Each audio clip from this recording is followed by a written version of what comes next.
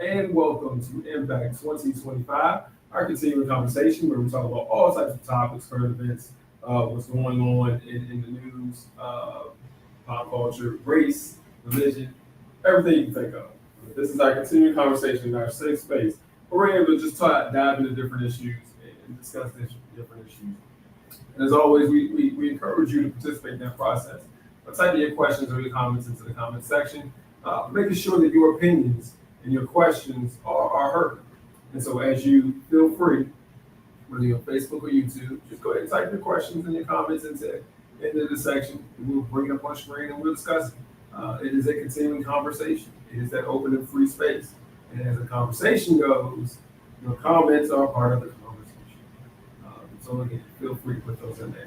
Before we start, we always want to make sure that we highlight the other activities that we have here.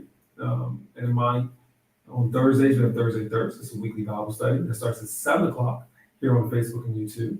On Sundays, worship service starts at 10 o'clock on Facebook, YouTube, and in person at the address that's on the screen. And of course, on Tuesdays at 7 o'clock, we have a time of prayer from 7 to 7:45. This is the time where people can come and pray with the rest of the people in the ministry. And then we pray together. And when I say together, it's all at the same time. We're not praying together in the same room or praying together on the same phone call, but everybody is lifting up a prayer sometime between the hour of 7 o'clock to 7:45.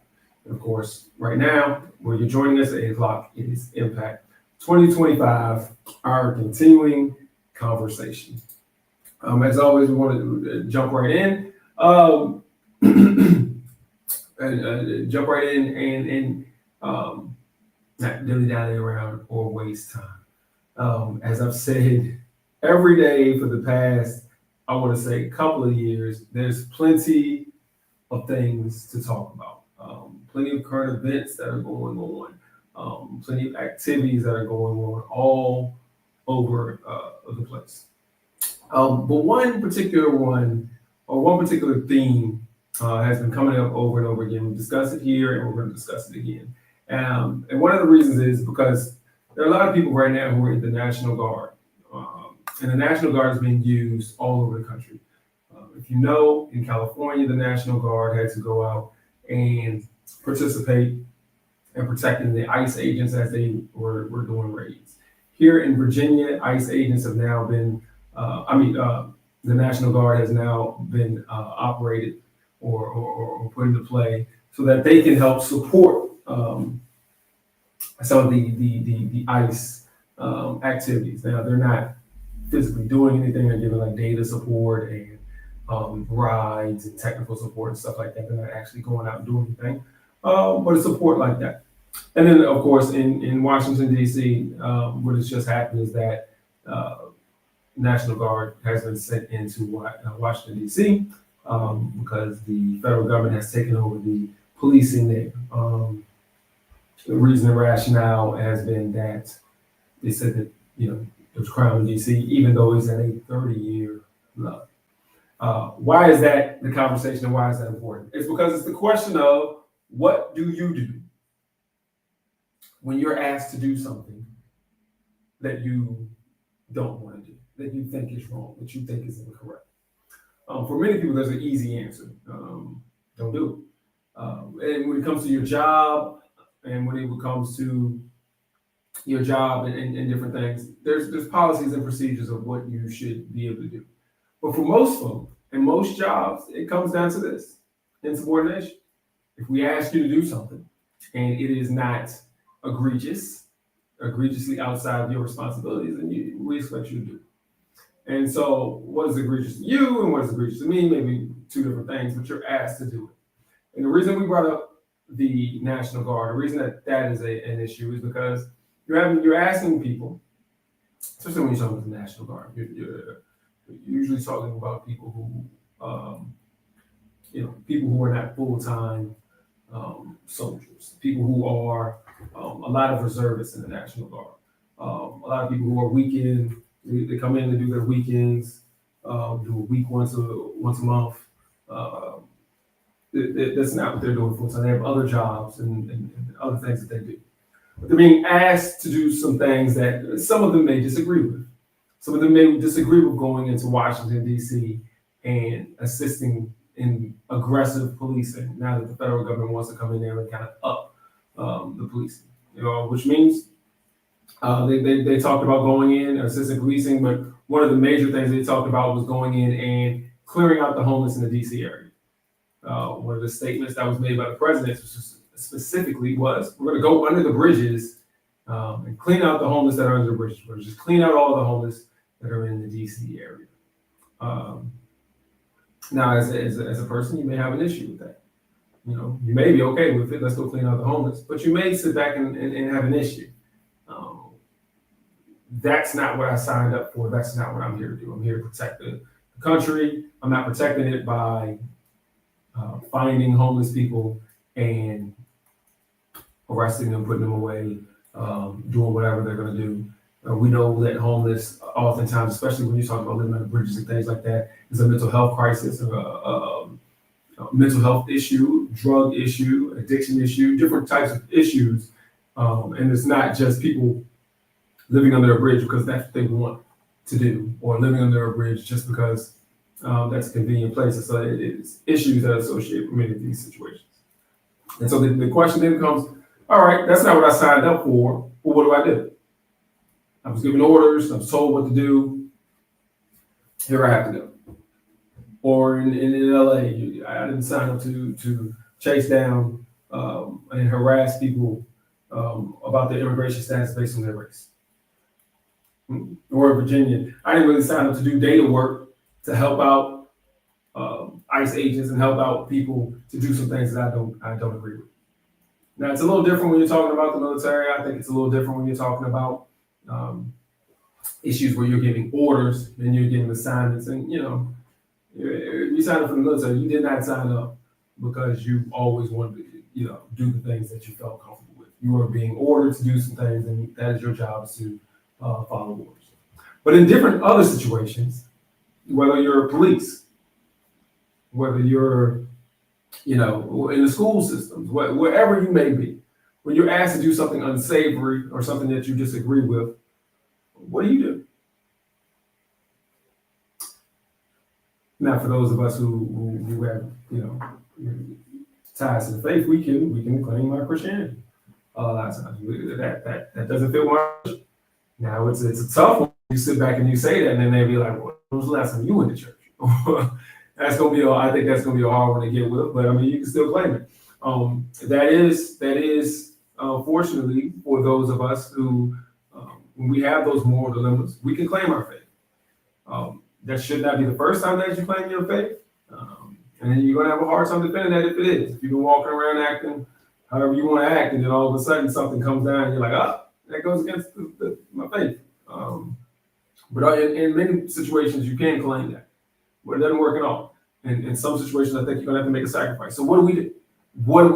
What is the question? Well, what do you do now that, especially if you're in a government employee or a job that is government, semi-government, where nowadays it appears that often that it's being more often that people are being asked to do things that they may have some moral qualms with, that they may disagree with the methods that are going on or disagree with the end goal that is going on. What do? You just do it because you love your paycheck. You do it because you signed a contract. Do you do it because you want to be a loyal employee? Or do you stand up for what you think is right and wrong and you say no? Comments. If you do not have a real faith in God and a belief that God is able to provide for your every need, you will use the excuse that you have to do what you have to do. Yeah. And it's not even, and it is that, not even that. Some people, at the end of the day, they're not worried about their needs being met. They may not be necessarily worried about the fact they'll lose income, but they may love what they do. They may love their job, and it may be crushing to them. I know I'm not one of those people who was ever married to a job and it was my identity, but for some others, it is. And for example, if you're a teacher and they sit back and say, well, now, you have to teach to, their standardized test, or now you can't talk about racism anymore. Now you can't, be truthful to kids when they ask you questions. You have to stick to this a certain quasi-governmental line, or you they send you out fake history or false history or false narratives. Like, for example, how in Florida they want to send out the narrative that slavery was a benefit to those who were enslaved. Uh, you don't want to do that, but it's not about you losing your income. It's about you losing your job and your chance to teach kids, or you love teaching kids, or you love connecting with kids. You love being able to mold minds, and you know that if you left, the next person who came in might be somebody who is going to lead them down the wrong path. It's going to go ahead and spit out the lies that the education system in Florida wants you to spit. And so you kind of battle with that notion of I'm better here than somebody else, or this is my passion, this is what I want to do. And so even if you do have a real faith in God, for some of those, it's still that question there. Now, for others, it's all about that dollar. I don't know what I would do if I lost my job. Now, if you have real faith in God, will provide, and you should be able to stand firm on your morals and stand firm on your decisions, because you know God will provide. So for those people who are just looking for more so some stability and a paycheck, yeah, you should be able to stand up and do what you want to do because of your faith in God. But for those where it's a different issue, it's a deeper issue of more so of your love or your passion for whatever you do. You really believe in what you do. You may be a scientist on the verge of doing some great work and significant work that may benefit not only society as a whole now, but in the future. And you just don't want to do something that's going to stop that for the greater good. And so you have that kind of, dilemma. More comments. What are they going to do with the homeless? Going back to the DC situation of what they're trying to bring in, the National Guard, trying to federalize the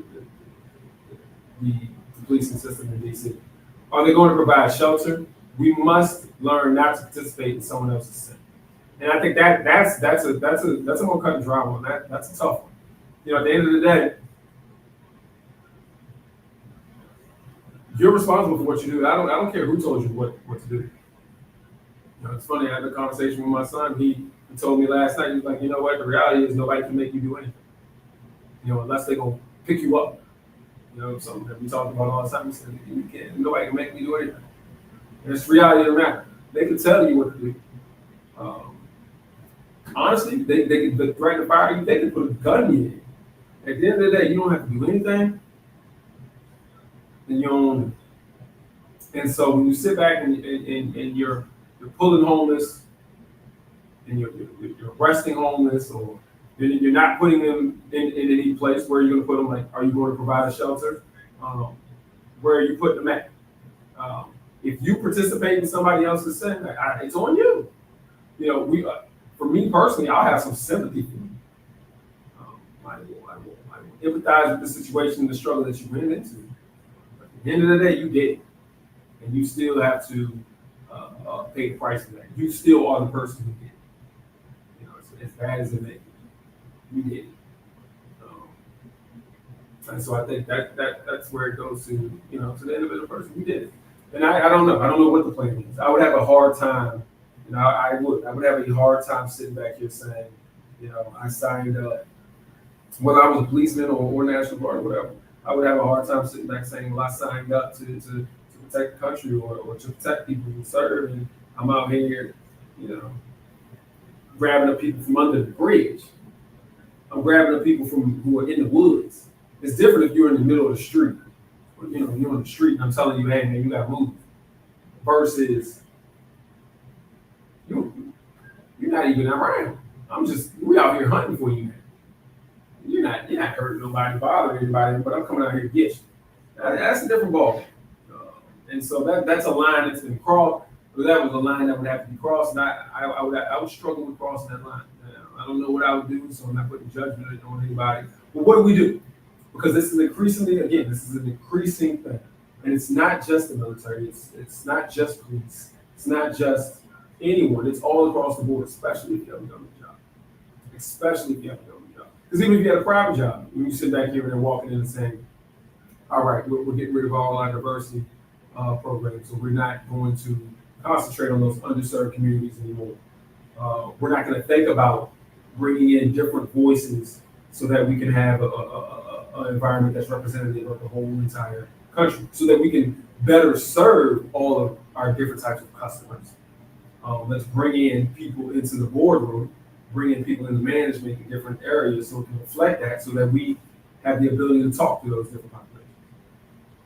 But that's the same thing. You got to sit back and make a decision. All right, y'all are telling me I can't do what's right anymore, and I have to ignore differences and ignore when one group is being underserved in our organization. I have to ignore all of that. That's a decision that you got to make. Fortunately, I've heard many stories of people who made the decision. Y'all want to get rid of the AI? Y'all really want to get rid of identity? And you're also getting rid of me. And there's been a lot of people who have decided that they're not dealing with it. Some people retired early because they're not dealing with it. And so, you got to make that decision.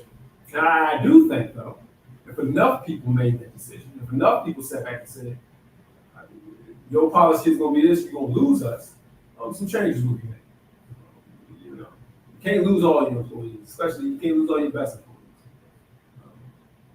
So, I think a lot of us, the more people stand firm, if everybody in the National Guard, if the 8,000 or so soldiers that they called up for the National Guard in D.C., and they sat back and said, we're not pulling homeless. If they're on the street, we will move them to another area. If you have another area, we're not just going to be out here grabbing homeless people, arresting homeless people. They all sat back and said, we're not doing that. It ain't going to be done. It's going to have to be that the embarrassment will come and the policy will change. The question is for those who are Christians. Others do not have the same mandate as Christians. Absolutely. I think that comes into play right there. What do we do when we have something that's on our jobs or in our positions or anywhere that bothers us? As a Christian, we have a higher level of responsibility than others. We're not just responsible to your boss. You're not just responsible to going home and providing for your family. You are responsible to the church. You're responsible to God. You're responsible to the faith. And I think that you got to put that in more consideration. So the same weight that somebody else, or the same battle that somebody else is going to have in their heads about what they have to do and what they're not going to do, I think there's an additional burden on us. Now, for me, again, it is easy for me to sit back and say, I'm gonna do what I want to do. I ain't gonna do more because I'm not in your shoes. I'm not in the position of the people who are really having these issues. And so it's easy for me to say it, and I'm trying my best to empathize and understand, what is going on when you're being asked to do something that you think is fundamentally wrong. Fundamentally wrong. Here's the reality of the matter. If you're a Christian, the only way that things have been gotten done that are evil, that are bad, that are more wrong, that are questionable over the years is because people participate. The only way you can redline is if people participate in the red line. The only way that you can make sure that people don't get into certain neighborhoods and y'all harass them and do your little tricks to make sure that people can't move into a certain neighborhood is if people participate in that process. The only reason that you look around in a business and everybody in there looks the same, all male, all white, all from a certain type of school, is because people have to participate in that process. You actively have to sit back and reject qualified people with brown skin, or qualified people from different schools, or qualified people who have to be women. The only way that things get done is if people participate. As much as the president said that he wanted to take over Washington, D.C., he's going to put his own, he's going to federalize it, he's going to bring in 8,000 National Guard troops, he's going to put people in charge who are going to go in here and take the homeless out from under the bridges, and take them out the streets, and we're going in here, we're going to do this. The only way it works is if you got 8,000 people who decided that we're going to follow those rules. Because if you don't, you got nothing. Power is given. And if we're going to follow directions, we're going to give that power. But power is also ours, because if we choose not to do the things that we know that aren't right, then we have the power to show them, hey man, you got nothing. You got nothing. You're just one person. You know, I don't think that we're going to have some kind of big battle or war or anything like that. But I do think that people are going to have to flex their power. Right now, what has been happening is that people in charge of companies, and in charge of government organizations, they've been flexing their power. And their power is we can do whatever we want to do, regardless of these old laws and rules. We'll just do what we want to do. And we'll tell people that they got to do what we tell them to do, and they'll do it. But now I think it's time for individuals, people, organizations to flex our power. We ain't got to do nothing you say. We're going to do what we think is right. If what you say is either right or it's not even, just, it ain't got to be right, it's just not wrong, then we'll go with it. But if it's fundamentally wrong, if it goes against what I believe in, we're not doing it. And I think that's the new power struggle that has to be flexed. And it's easier to flex your power when you're with a group of people. And so, if people sit back and they talk about the church and you go to your friends and they're like, well, why do you go to church? Or, why should I go to church? You have very little power. The church has a lot of power. So if you want to be more powerful in your personal life, if you want to be more powerful in your decisions, or if you want to go out here and you want to make change in the world, you got to give it a group of people that got power. And I believe the church that's why you get with the church. Outside of fundamentally loving God and believing in Jesus Christ. But when people say, all right, why give it the church? Because the church has power. And the power is the people. And so if you want to resist, fight back, you probably need to give some powerful folk. Comment. Many people respond when faced with issues that might be questioned. I'm just doing my job. Well, then as a Christian, we need to learn to respond. I'm just living out my faith. Oh, that's it right there. That's it. That's it. I'm just living out my faith. You see other religions, and other people sit back and they will say, I can't do it. That's my faith. I rarely hear somebody, a Christian, say, why is it? Why are we just going along, getting along? So yeah, I think that's it. That's the powerful thing right there. And I think that may be the what we need to really put out there and remind people and tell people. Because some folks don't even know that they have that option. I'm just living out my life. Can't do it. I'm living out my life. We'll go over and grab those homeless. Can't do it. I'm living out my life. We'll go over there and help these ICE agents who are discriminating against people and pulling people into detention centers where they're sleeping on the floor. I can't do that. I'm just living out my faith. We'll go over there as a police officer, watch these other police officers beat up on this person. You just stand there on the sidelines because you don't want to, mess up the blue wave, blue line, whatever, the blue code. Well, I can't do that because I'm just living out my faith. I think that's the way that we have to go. So we have to remind people that that's what when you sign up for this, when you decide that you want to be a Christian, that you got to live out your faith, and it's your responsibility to say, I'm just living out my faith. I think that's it right there. Right? That's it. That's the answer. The reality is the president is just trying to divert attention from the Epstein scandal. That is true. That is true. But it is. It's a shame and it's true. But if none of this would get going, if we easily would just say no to the craziness that's going on, as people, we say no. We wouldn't be able to distract from the other things. You throw some stuff out, we say no, and then you have to throw something else out. Two quick things in that. One, Target, the store, is in significant trouble. And the reason it's in significant trouble, I believe, people on Wall Street will tell you, they'll sit back and say, well, the store made some difficult decisions. People aren't shopping at their store as much. There's just, some of the some of the decisions that were going on with the tariffs and times, and what I believe, and which I know to be true, is that it's because black people decided you lied to us about what you were going to do with D, E, and I. You pulled back, you broke your promises, and so we're not messing with you like we used to. And for some of us, we're not messing with you at all.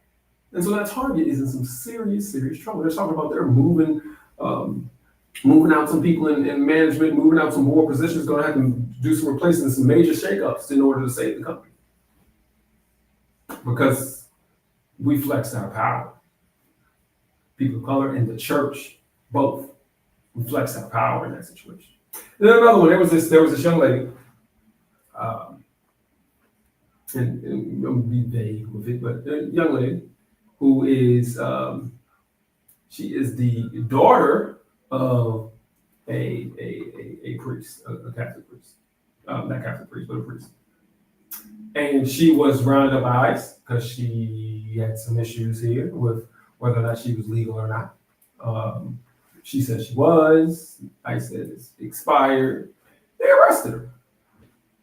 They put her in detention. Not only did they put her in detention, they took her from where she was and sent her off to one of those other detention facilities that's far away. Because that's their move, is to get you and then move you so that you're away from your local area, your local support systems, your lawyers and all that kind of stuff. So they quickly try to move you. And what happened was they found out her mother as being in the church, and the church that she was a part of started sending letters, started contacting politicians. The church started actively just pushing. They talked to everybody they could. They got it in the newspaper. They got it on social media. They were going in. And so ICE, Homeland Security, whoever they were, and she was released. Now she got picked up at her immigration hearing. So she was going to her immigration hearing to try to extend something or get something done as far as her visa or whatever. And I don't know. She went from a student visa to a religious visa or a religious visa. I don't know the details. But what happened was her church got upset. And they were able to push and got her released. Now, this lady is not white. She is from Korea or a country over there in that region. But she's connected to the church. And I say that, as we talked about everything that's going on, the church has power. I believe we have power. And we need to remind people that we have power. For so long we've given away our power. Let's take it back. And let's remind people that if you're going to go out here, don't go out here in 2025 and be, as they say, uncovered. If you ain't got no protection, if you're not with anybody right now, you're in trouble. Because there's a lot of people who got scooped up by ICE. They didn't have a church behind them to go start calling and get them pulled back. Don't think that you're going to be out here and you're going to get into a situation, just because we legal and we citizens. Don't think with all the craziness going on, we don't know what situation we're going to get into.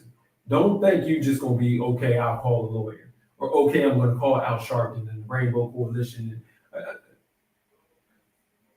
You better make sure you cover. And if you believe in God, I feel like you better be covered in that church. And that means you got to go to church. And so we got power.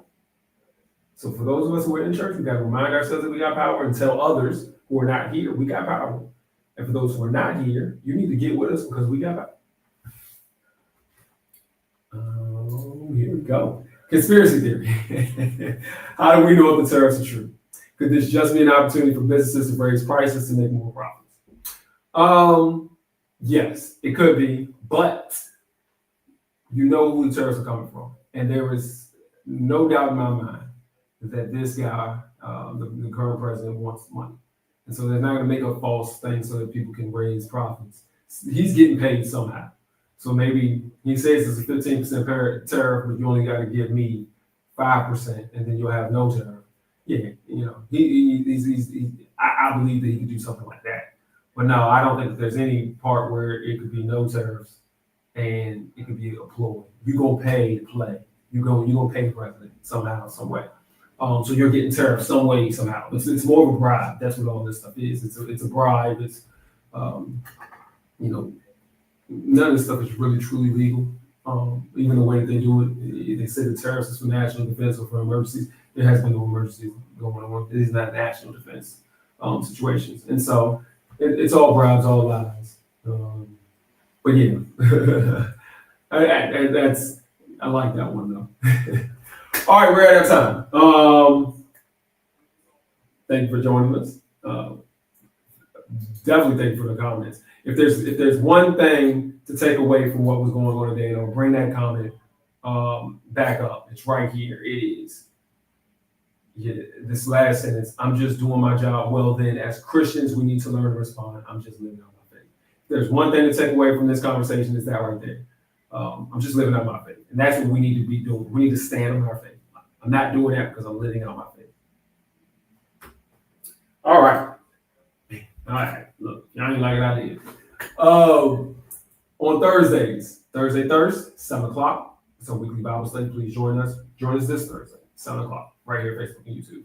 On Sunday, we have worship service at 10 o'clock. All of these are Eastern Standard Times, Facebook, YouTube, and in person. On Tuesdays, again, at 7 to 7:45, a time of prayer. And then, of course, at 8 o'clock, we have Impact 2025. Thank you for joining us. Please join us again.